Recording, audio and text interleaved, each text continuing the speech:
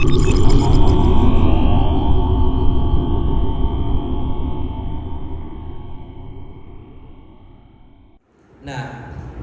memilih pasangan dalam Islam itu sangat penting. Kenapa? Karena pernikahan itu bukan sekedar ikatan emosional. Coba perhatikan, Rasulullah itu dalam hadis-hadisnya tidak pernah menyampaikan nikahilah pasangan yang kamu cintai. Fun fact-nya begitu. Gak pernah kalau cinta baru menikah. Bahkan cinta itu tidak menjadi syarat mutlak menikah, karena itu emosional. Hari ini mungkin cinta, nah, apalagi yang sudah puluhan tahun nikah, 10 tahun setelah menikah belum tentu masih cinta. Apalagi yang dulunya awalnya pacaran, 10 tahun ketika pacaran cinta, ya walaupun kita tahu ini haram, ketika nikah cintanya hilang. Kenapa? Rumput tetangga lebih hijau. Nah, makanya kemudian tidak boleh dalam Islam memilih pasangan hanya sekedar ikatan emosional, melainkan ikatannya harus ikatan ibadah. Makanya dihadirkan yang namanya majelis keluarga sakinah. Sakinah itu kan dari kata sakana yaskunu, artinya adalah tenang. Nah, jadi kalau disebut majelis keluarga sakinah, keluarga yang kemudian memiliki ketenangan jiwa mereka berkeluarga. Nah, sakinah itu dapat dari mana? Dihasilkan dari mana? Dari iman.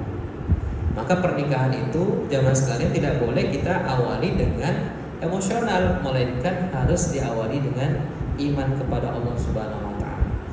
Nah, memilih menjadi tepat dan perlu kita lakukan karena kita dalam menikah itu harus memahami bahwa pernikahan fungsinya adalah menyempurnakan separuh agama kita. Itu jangan sampai kita nikah yang awalnya rajin sholat jadi nggak pernah sholat, yang awalnya tutup aurat akhirnya buka aurat. Kenapa? Karena diperintahkan suami. Saya nggak suka kamu tutup aurat begitu, saya lebih suka kamu buka aurat. Nah, selesai.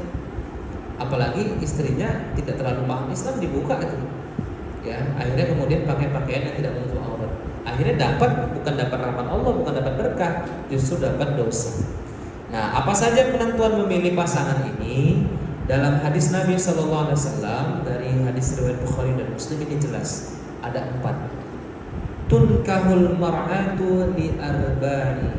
Nikahilah wanita dengan atau karena arba'in, 4 perkara. Nah, ini udah pasti kita pernah dengar hadis Nabi SAW ini ya. Yang pertama kata Nabi, lima liha, karena hartanya. Yang kedua, wali hasabiha, atau dalam yang lain, redaksi lain, li nasabiha, karena nasabnya. Jadi yang pertama hartanya, apa itu maksudnya? Kemampuan finansialnya atau keuangannya, kemandiriannya. Yang kedua, li nasabiha, karena nasabnya, latar belakangnya, keluarganya, ya.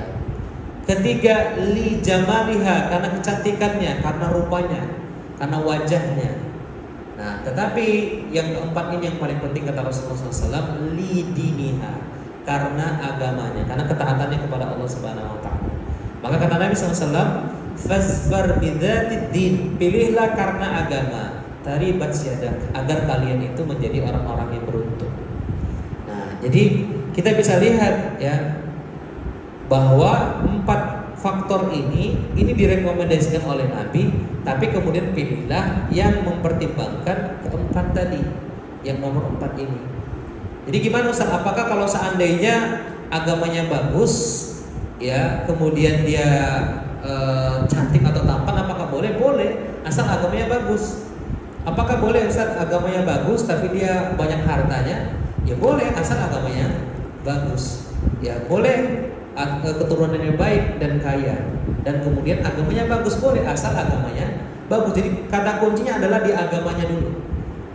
Nah, ibarat kata kalau ada satu analogi itu mengatakan begini, harta itu nilainya 0, keturunan itu nilainya juga 0, ya, kecantikan itu nilainya 0 tanpa adanya agama.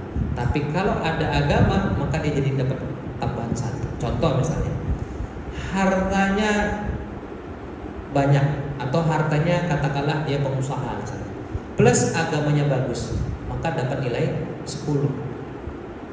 Agamanya bagus, hartanya bagus, ternyata keturunannya juga dari keluarga baik-baik, maka dia dapat poin 0 lagi, jadi 100. Hartanya bagus, keturunannya bagus, agamanya bagus, rupawan pula, cantik pula, tampan pula, maka dapat tambah 0 lagi jadi 1000. Nah gitu. Nah jadi kita harus memahami bahwa tanpa adanya agama maka keturunan, harta, kecantikan ini di sisi Allah ya apalagi di sisi kita itu tidak menjadi rujukan. Kenapa begitu? Saya kasih contoh. Kita menikah dengan orang yang hartanya itu banyak tapi tidak punya agama, apa yang terjadi? Yang terjadi justru nanti dia akan sombong dengan hartanya. Iya, cobalah misalnya kita menikah dengan konglomerat misalnya. Wah, itu oke lah dianya aman, keluarganya belum tentu. Siapa dia? Kenapa kamu nikahi dia? Jangankan konglomerat yang biasa-biasa aja lah, tapi mungkin levelnya di atas kita sedikit gitu ya. Kita misalnya naik motor, dia naik mobil misalnya, ya keluarganya semua naik mobil, walaupun naik mobil ojek online misalnya. Tapi karena dia sudah naik mobil ke sana kemari, itu beda pandangan mereka. Oh ini naik motor ya. Nah, kenapa? Karena mungkin menurut dia, oh ini beda secara harta. Nah muncul kesombongan, bisa jadi muncul kesombongan. Apalagi keturunan itu juga begitu.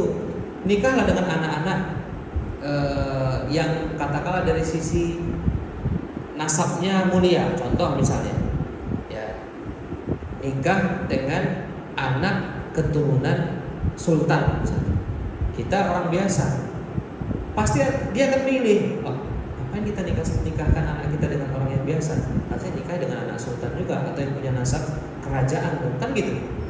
Atau yang paling sering lagi ya, walaupun saya diskusi kemarin dengan teman saya yang juga punya nasab yang sama, tidak mesti begitu.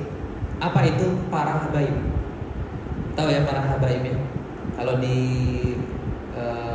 Timur Tengah itu julukannya Sayyid, ya, di Singapura juga Sayyid. Nah, ada teman saya, dia juga keturunan Sayyid. Saya tanya, antum Ustaz betul nggak Ustaz? Kabarnya kalau seorang Sayyid itu harus nikah dengan Syarifah. Dianjurkan begitu, tapi tidak mutlak. Bayangkan, mereka memang begitu, nyari yang juga keturunan gitu loh. Walaupun tidak mutlak. Saya tanya, kalau antum Syarifah nggak calonnya? Enggak dia mau ya. Jadi ada pilihan itu secara keturunan. Apalagi kalau menikahi yang rupawan, yang cantik, yang tampan. Wah, itu lebih. Kalau tidak ada agama loh ya. Ini kalau tanpa ada agama. Baik poin 1, poin 2, poin 3 tanpa ada agama, ini lebih parah lagi. Ya, banyak kasus kita lihat perceraian, perselingkuhan itu karena suaminya terlalu ganteng atau istrinya terlalu cantik. Sehingga 5 menit aja ditinggalkan, dia was-was tuh, pasang CCTV di setiap ruangan, takut istrinya selingkuh, gitu ya. Kenapa? Karena tak ada agama. Bahkan kadang-kadang yang seandainya tidak selingkuh pun hanya gara-gara WhatsAppan ya, Messenger di Facebook atau di Instagram, di Twitter, itu bisa jadi bahan untuk menuduh pasangannya selingkuh. Bayangkan. Nah, maka kecantikan itu akhirnya jadi fitnah, ketampanan itu jadinya akhirnya menjadi fitnah tanpa adanya agama.